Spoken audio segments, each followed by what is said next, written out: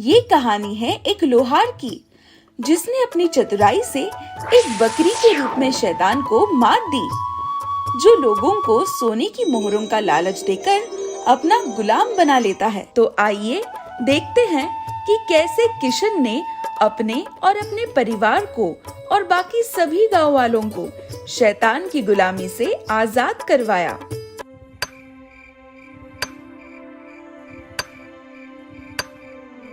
अजी सुनते हो, कितनी रात हो गई है? कुछ पता भी है आपको? क्या आज रात भी मुझे ऐसे ही जाग कर गुजारनी पड़ेगी? अरे नहीं नहीं, बस हो ही जाएगा। वैसे भी इस लोहार के काम में ज्यादा आमदनी नहीं है, इसलिए मैं कोई भी काम अधूरा नहीं छोड़ता। आपको कुछ पता भी है? घर में एक भी अनाज का दाना नहीं है। क्या? एक तो मैं इतना काम करके थक चुका हूँ, उस पे से खाने को भी कुछ नहीं है। मतलब आज रात भूखा सोना पड़ेगा। तो उसमें नया क्या है? ऐसा कितनी बार हो चुका है। लेकिन आपको इससे क्या? मैं जा रही हूँ सोने। आपको जब सोना होगा पानी पीकर सो जाइएगा। ऐसा कहकर गौरी अंदर सोने चली जाती है और किशन फिर अपने काम में मगन हो जाता है।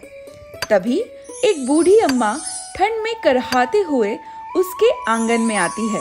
बेटा, मुझे बहुत भूख लगी है, मुझे थोड़ा सा खाना दे दो, तुम्हारा बहुत भला होगा। आपसे भी क्या कहूँ अम्मा, मांगा भी तो खाना।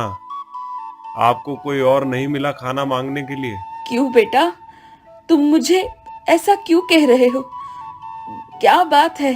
अरे अम्मा, खाना होता तो आपको दे ही देता, और खुद भी खाना खाकर सो चुका होता, अब तक जाग नहीं रहा होता। ये तो बहुत मुश्किल हो गई बेटा, अब क्या करेंगे?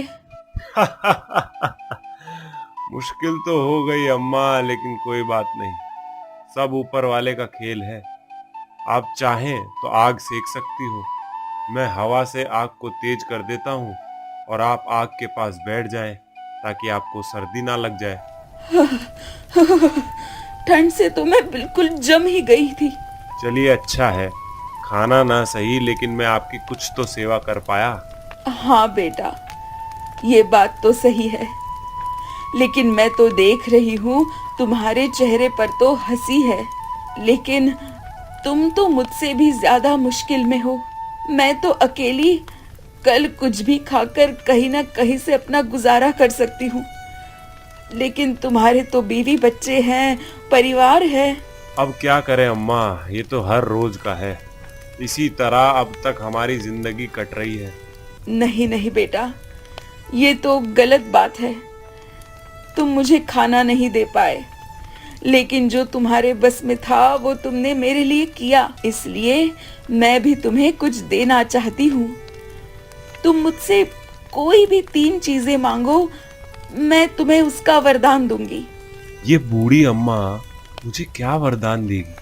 अगर इनके पास ऐसा कुछ होता तो मुझसे खाना मांगने क्यों आती? क्या सोच रहे हो बेटा? जल्दी मांगो, मेरे पास वक्त बहुत कम है, मुझे जाना भी है और अभी बहुत सारे काम भी पूरे करने हैं। अम्मा मांग रहा हूँ। अच्छा तो मुझे ये वरदान दीजिए, मेरी इस हथौड़ी को जो भी हाथ में लेगा वो मेरे हुक्म के बिना उसे छोड़ नहीं पाएगा, और अगर वो इस हथौड़ी को चलाना शुरू करे तो मेरे मना करने तक रुक भी ना पाए। ऐसा वरदान दे सकती हैं आप मुझे? अच्छा ठीक है, ऐसा ही होगा। और दूसरा वरदान क्या चाहिए तुम्हें?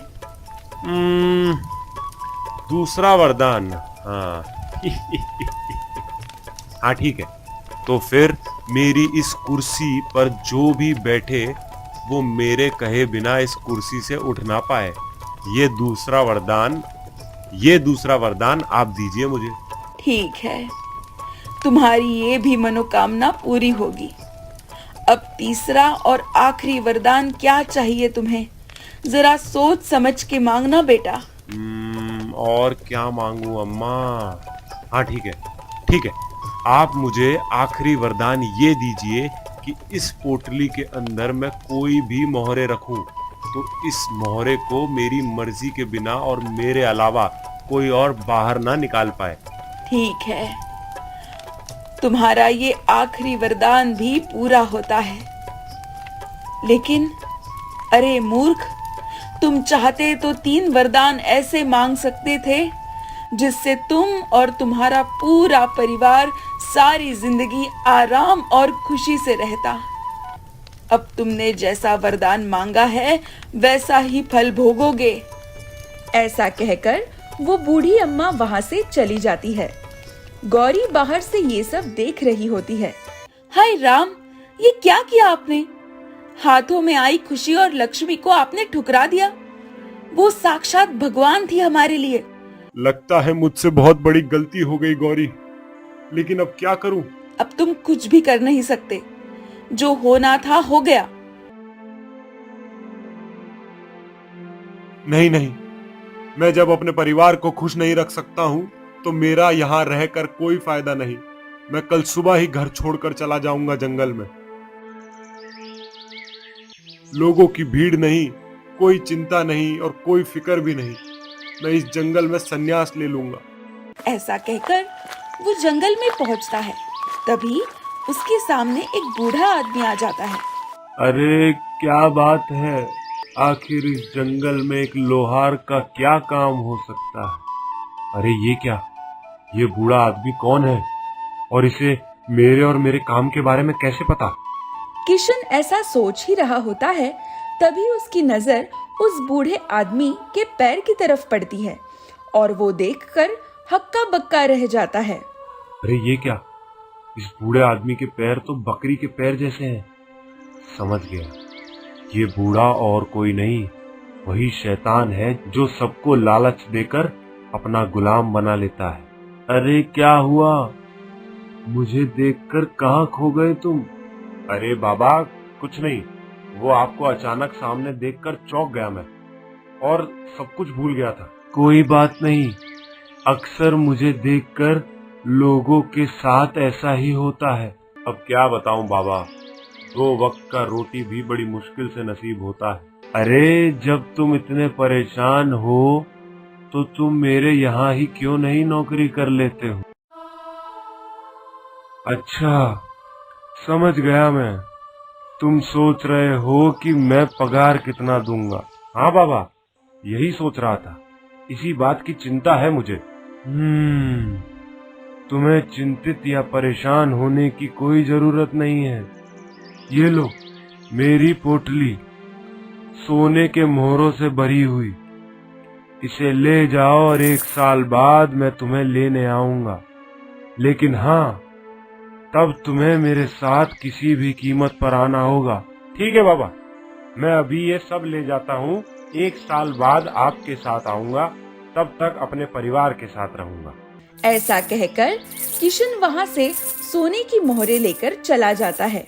यहाँ बूढ़ा आदमी भी ये सोचकर बहुत खुश होता है कि उसने फिर एक शिकार अपने लिए ढूंढ लिया। फिर किशन बहुत सारे खाने पीने के सामान और राशन को लेकर घर जाता है। अरे गौरी, कहाँ हो? जरा बाहर तो आओ, देखो मैं क्या लाया। अरे इतना थैला भरकर सामान कहाँ से लाए? मछली, मिठाई और पता नहीं क्या क्या। ये सब आपको कहाँ से मिला? अरे मुझे एक नया काम मिला है, उसने मुझे कुछ पैसे दिए तो मैं उन पैसों से सारा सामान ले आया। अरे ऐसा कौन सा काम मिला है जो काम करने से पहले ही पगार मिल गया? अरे वो कुछ नहीं, मुझे वो शैतान के यहाँ काम मिला है, लेकिन तुम फिक्र मत करो, मुझे वहाँ 1 साल बाद जाना है। शैतान के यहाँ ऐसा काम किसी दुश्मन को भी ना मिले। आपको पता नहीं है क्या कि शैतान के जाल में जो एक बार फंस जाए वो उससे कभी भी जिंदा बाहर नहीं निकल पाता, और आप ये काम ढूंढ कर आए हैं। ऐसा कहकर गौरी गुस्से में अंदर चली जाती है और फिर 1 साल बाद जब किशन काम कर रहा होता है, तभी वो बूढ़ा आदमी वहाँ उसके पास आता है। क्या बेटा, तुमने अपना सारा काम खत्म कर लिया? याद है ना, तुम्हें आज मेरे साथ चलना है। अपना वादा भूल तो नहीं गए? हाँ हाँ बाबा, मुझे याद है। वैसे तो मैंने अपने सारे काम खत्म कर लिए हैं, पर बस एक आखिरी काम, एक काम बचा है। तो क्या आप मेरी एक मदद करेंगे? जब तक मैं अपने परिवार से मिलकर आता हूँ, तब तक आप इस हथौड़े से कुछ लोहा पीट दीजिए ना। बस इतना सा उपकार कर दीजिए मुझ पर। ये भी कोई काम है? ठीक है। ऐसा कहकर वो शैतान बैठकर लोहा पीटना शुरू करता है और किशन वहां से बहाने बनाकर चला जाता है। फिर थोड़ी देर बाद वापस आता है। ये तो अभी तक लोहा पीटते ही जा रहा है। सब कुछ ठीक तो है ना? कोई परेशानी तो नहीं हो रही आपको? बूढ़ा आदमी भी बहुत थक चुका होता है, लेकिन चाहकर भी वो लोहा पीटना बंद नहीं कर पाता। अरे ये क्या हो रहा है? मुझ बूढ़े आदमी को तुम्हें इतना परेशान करके क्या मिल जाएगा? बहुत हो गया, मुझे जाने दो। इसके बदले में तुम्हें 3 पोटली और मोहरे की देता हूँ और 1 साल की और छुट्टी भी देता हूँ। मुझे जाने दो। क्या? 3 पोटली सोने की और मोहरे, ऊपर से 1 साल की और छुट्टी? हाँ, ये अच्छा है, फिर तो ठीक है। ऐसा कहकर वो शैतान वहां से चला जाता है और फिर अगले 1 साल तक किशन अपने परिवार के साथ बहुत ही आराम से रहता है। फिर 1 साल बाद वो शैतान किशन को लेने आ पहुंचता है। किशन, और 1 साल पूरा हो गया। चलो चलो, अब मेरे साथ तुम्हारे जाने का वक्त हो गया है। मैं तुम्हें लेने आया हूँ। बाबा, अभी चलता हूँ, लेकिन पहले आप इस कुर्सी पे बैठकर आराम कर लो। आप थक गए होंगे ना? तब तक मैं अपना सामान लेकर आता हूँ अंदर से। ऐसा कहकर किशन सामान लेने के बहाने घर के अंदर चला जाता है।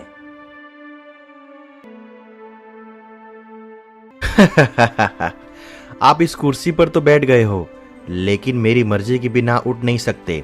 माफ कर दो, जाने दो मुझे। तुम मेरे साथ ऐसा क्यों कर रहे हो? हाँ, जाने दूंगा।